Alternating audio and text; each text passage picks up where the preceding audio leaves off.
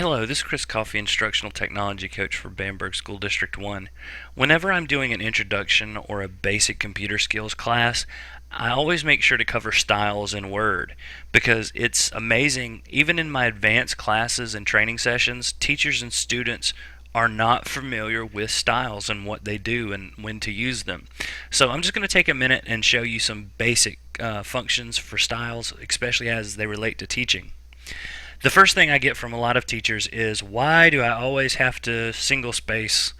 Why by default is it always double spacing? And teachers will tell me how they highlight, and then they go to the paragraph section and they change, to one, and they remove the space between. And that's great, it will work. But if you notice on the styles, right now, normal is highlighted. Normal is double spaced. So if I wanted to change this whole document really quickly, all I need to do is highlight it and click no spaces, and there you go, I'm done. So I have a lot of teachers thank me for that one. But there's so much more you can do with styles.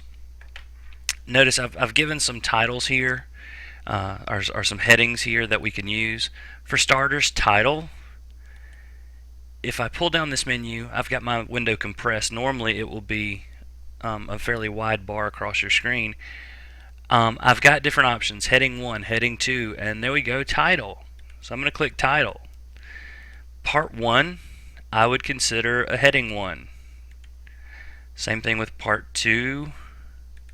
Same thing with part 3. I would go through, usually after I've done a rough draft, I would go through.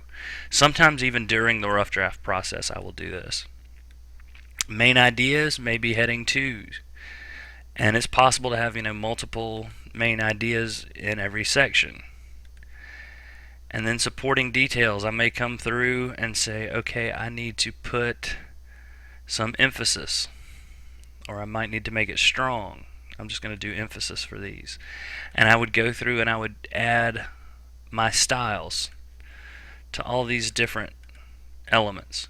Now obviously it would be written out sentences and titles and those kind of things, not just the headings that I've got here. Notice everything works well together, the fonts and the color schemes. I'm not having to come over here in the fonts section and play with the fonts. But let's say I don't like the way it looks. Well, I can come over here to change styles, and then to style set. Let me get it more in the window there. And I have options to change. Now let me shrink up my window a little bit more so we can see what's going on here.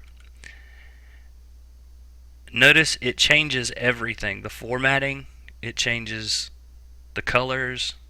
I can go for a style that I like.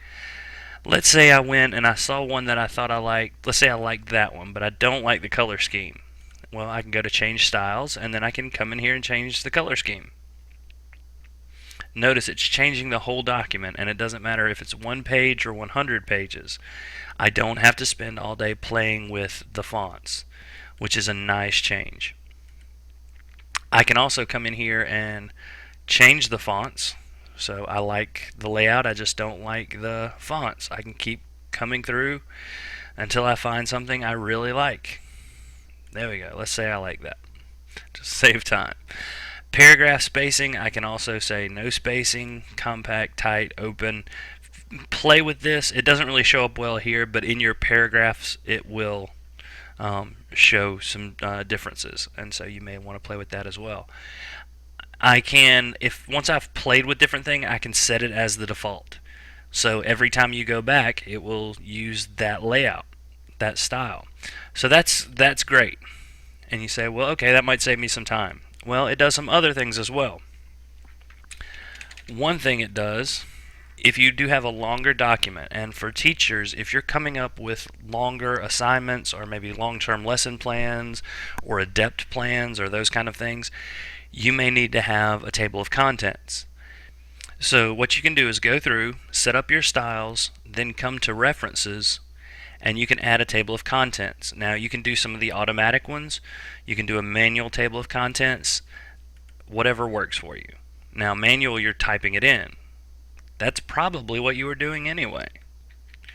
But the automatic table of contents, Notice part 1 main idea, part 2 main idea. That's exactly what I put in there outside of the supporting details.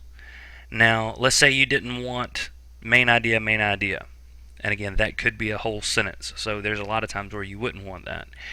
Well, I'm going to take that out. And I can just insert a table of contents. At this point, I have a lot more options. So for starters, I can change the way it looks. Let's say I wanted to go to fancy. Show levels. Right now I'm only showing one level. I can show 2 levels, 3 levels, however many levels. I just want heading 1, which is the part 1, part 2. I can also decide whether or not I want it to show page numbers or not. And I can also decide whether or not I want it to use hyperlinks. So all of these options really nice, and I'm just going to click OK. And there we go. Notice they're all on page 1, but let's say I wrote 10 pages. I'm not going to always go down, not actually go down to 10 pages, but let's say I wrote 10 pages in between each part. Well, I can update the table, and it's going to ask me update page numbers only or entire table. Nothing's changed as far as my main headers, so I'm going to just say update page numbers only, and notice now the page numbers have changed. So that's nice. There are a lot of things you can do as a teacher with that. But when it comes to our student writing, there's a lot that we can use with styles as well. And I'm not showing you everything, I'm just kind of giving you some ideas. So here's the Jackson essay again. And let's say it's time for me to have a conference. This is the rough draft. Well, before whoever it is, Steve, we'll call him Steve, comes up and tells me about his writing, I can say, Steve, I want you to go through, I want you to put styles in your document. And this is something you'll want to do with the class a couple times before you have the students do it on their own.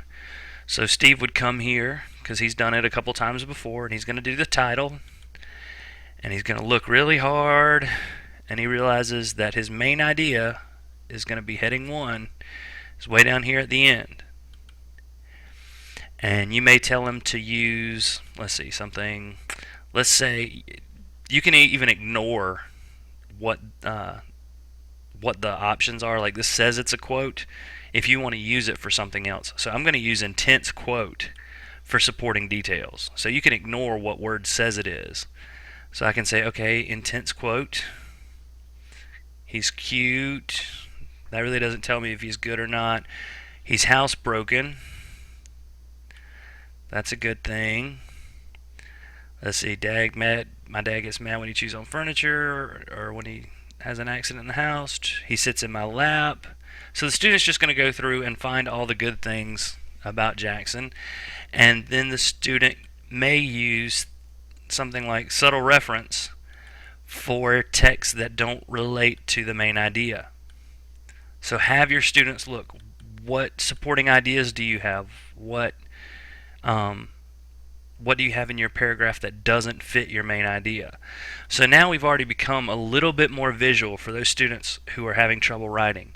And although this is obviously a lower level grade, it's even more important for the upper level, because as students start doing in-depth research, they're going to run into all kinds of wonderful research and quotes and things that they want to put in their essay that doesn't relate.